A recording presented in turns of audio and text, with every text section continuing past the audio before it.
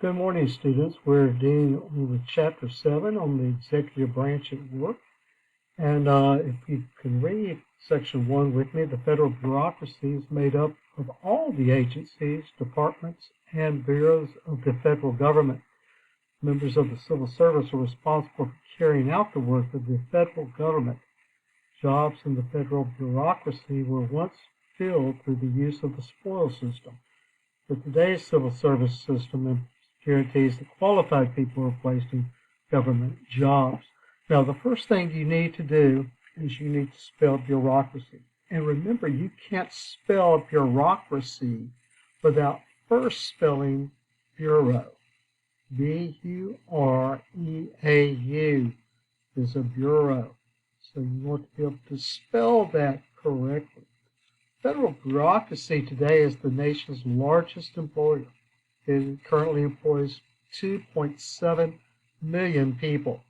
In fact, 2% of all workers, excluding the military, not counting those who are serving the country in the military, work for the federal government. And 300,000 people work in Washington, D.C. alone. Well, what is the federal bureaucracy? Well, again, you can't spell bureaucracy without spelling bureau. So I hope you can spell that correctly. But a bureaucracy is a government or private organization that has a clear formal structure, a division of labor, a set of rules and procedures by which it operates. In fact, FPD is a bureaucracy. It has a board, it has a president or a headmaster of the school. We have principals who are responsible for the grammar school or elementary school and the middle school and the high school. So we are a form of bureaucracy as well. We have a set of rules that we operate by, a handbook. But that's different than a federal bureaucracy. Federal bureaucracy contains all the agencies and departments of the executive branch, including the EOP, which you know what that is. That is, I'm not even going to tell you, you know what it is. Executive Office of the President, the executive departments, the Office of the Vice President, independent agencies. And those independent agencies are things like the Environmental Protection Agency, or the Nuclear Regulatory Commission, or Amtrak, if you've ever ridden on a train.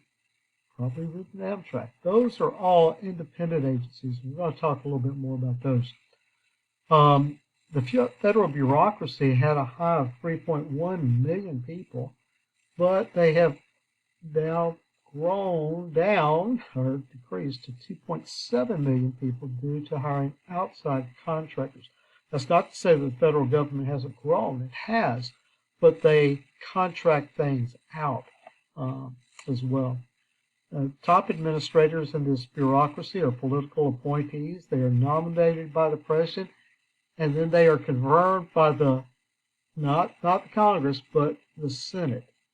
The Senate has the responsibility of confirming these administrators. And there are bureaucrats, administrators, and skilled expert workers who carry out the many specific tasks of the bureaucracy. And it's sometimes known as the civil service. Part of it is the civil service. It's composed of civilians who are hired through a competitive process to carry out the work of the federal government. If your parents, grandparents work for the federal government, chances are they're involved in the civil service. Civil service used to be based upon the spoils system. That is, the practice of giving out governmental jobs based upon whoever won the election. The Federalists won. Washington and John Adams became president. They hired people in the government who were Federalists. But when the Democrat-Republicans won, Jefferson and Madison in 1800, Jefferson had his people in place, Madison likewise. And it reached its height under Democrat Andrew Jackson, who replaced more than 22 federal employees with people that he chose that were on his side, if you will. And that led to corruption in contracts, inefficiency in government. So the civil service, I felt like there was some corruption in the spoils system. And so in 1871, the Civil Service Advisory Board was created. And that helped some. But in 1881, Charles Guiteau assassinated James Garfield, who was president, he'd been elected president. And the reason he assassinated him was he wanted Chester Arthur to be president because Arthur had a reputation as being a patronage kind of person who would give out a lot of jobs. And so Guiteau thought, well, we can get rid of Garfield, we can get all of our people in as President Arthur, Chester Arthur as president, and he would give them to people I like. He was somewhat deranged. But it resulted in the 1883 Pendleton Civil Service Act, which became a law. And that created the Civil Service Commission in order to administer the exams so that we could find out who is the best qualified for this position and then hire that person. So that hiring would be based upon merit and not particular party affiliation. And it initially applied to only 10% of federal workers, but that has grown substantially over the years.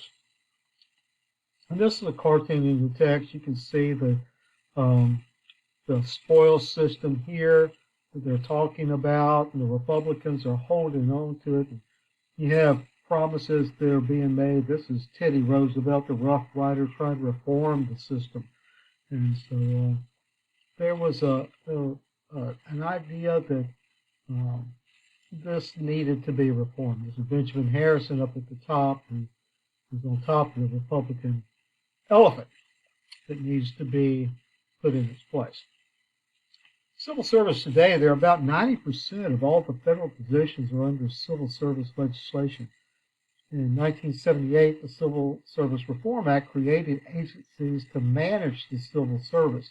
The OPM, the Office of Personnel Management, conducts exams and administers the whole labor idea of people in the bureaucracy. Federal Labor Relations Authority handles complaints that people who are working for the government might have. And the U.S. Merit Systems Protection Board protects from partisan practices and the executive branch so that President Trump just can't fire a bunch of people.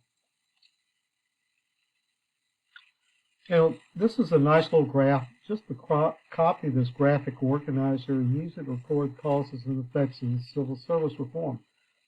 In what ways did the civil service reform change the federal bureaucracy? And you want to read your text and list the causes. Possible answers might be the spoil systems, corruption, the assassination of Garfield. All those were causes that led to civil service reform. And then the effects were that jobs were based upon merit. You had to qualify for the job. Reform increased the efficiency of the government.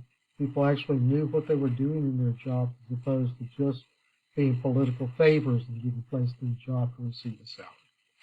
So that's 7.1. I hope you are staying safe and enjoying this introduction to the bureaucracy, which is overseen by the president. All right, we'll see you tomorrow.